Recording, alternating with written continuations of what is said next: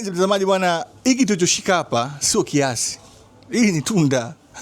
Sasa ili kujua tunda gani, jamaa hapa atatuambia. Na leo bwana nakuleta katika chimbo la matunda ya kishua. Hili bwana linaitwa kiwi.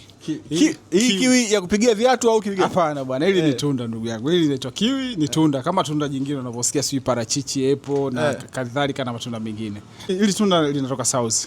Lakini kwa wachache sana wanalima Tanzania, lakini unakuta watu wanalima tu kwa matumizi yao binafsi. Okay. Ni tamu? Tamu sana. Tamu sana, lina vitu vingi sana. Watu gani ambao wanapendelea kula hii kiwi ya viatu? Kiwi wanapenda wanawake. Wanawake. Kwa hiyo ni tunda la kike. Sio hata mwanaume anaweza kula. Mwanaume anaweza kula, lakini wateja wangu wengi sana ni wanawake. Wanapenda sana wanawake. Inaitwa blueberry. Hiyo ni blueberry. Mulike hapa. Blueberry ni kitu gani? Ni zabibu au? Hii ni hapana, hii ni berries fruit. Wewe mzee, si zabibu hii kabisa mimi naiona. Sio zabibu. Ngoja subiri. Hebu toa kwanza. Hebu toa.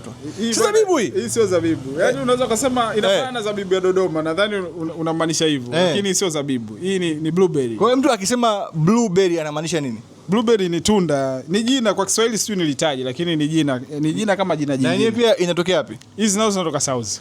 Bwana matunda ya kishua. Twende. Tunda jingine hapa la kishua lipi?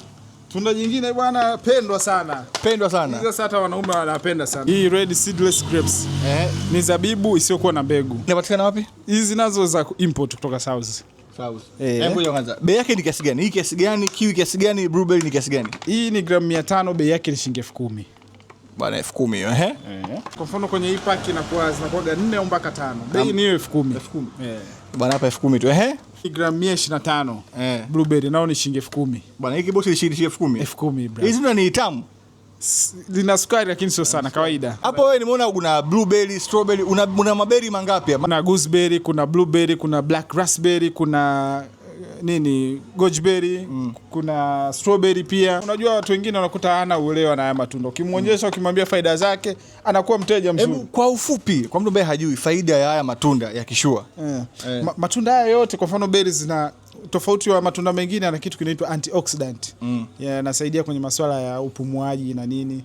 Vitu kama hiyo ndo kitu ambacho kinatofautiana na matunda mengine.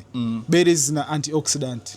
Vitu vingine vinafanana, si vitamin C, vitamin B, ambao utakutana hata kwenye embe, kwenye nini. Taja namba simu. 0684 59 64 22. 0684 59 64 22. Penzi mtazamaji bwana, siku moja ujichanganye bwana. Jitoe kidogo kishua nini? Chukua tunda la 10,000 alafu ukishakula baadaye ndio uje ujute.